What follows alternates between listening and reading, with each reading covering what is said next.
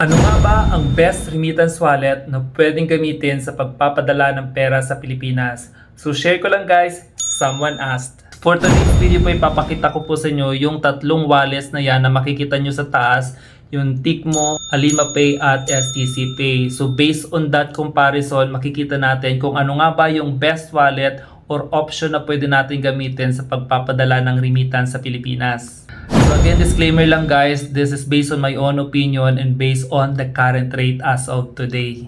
So gagawin po ulit nating sample, let's say magpapadala tayo ng 2,000 real sa ating mga loved ones sa Pilipinas. Please take note po na malaki yung impact ng remittance fee sa ating padala. So makikita nyo dyan sa taas, yung fees ng Tikmo is wala po kapag above 1,500 ang pinadala nyo. Sa Alimapay medyo bumaba siya ngayong buwan, nasa 1 real lang. And then yung STC Pay remains the same, 17.25 kung saan napakataas ng kanyang fees. So out of that, so i-minus lang natin yung remittance fees na yan and then i-multiply natin yung exchange rate as of today. So makikita natin dyan sa tatlo kung saan ang Tikmo ang magbibigay sa atin ng higher amount. The second is yung Alimapay and then lastly yung STC Pay.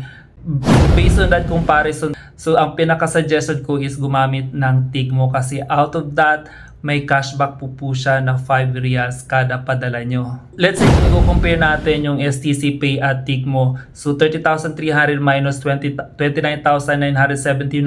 ibig sabihin, pag gumamit kayo ng STC Pay, may mawawala po sa inyo na 321 pesos po. So imagine 321 pesos is malaking bagay na po yan sa Pilipinas.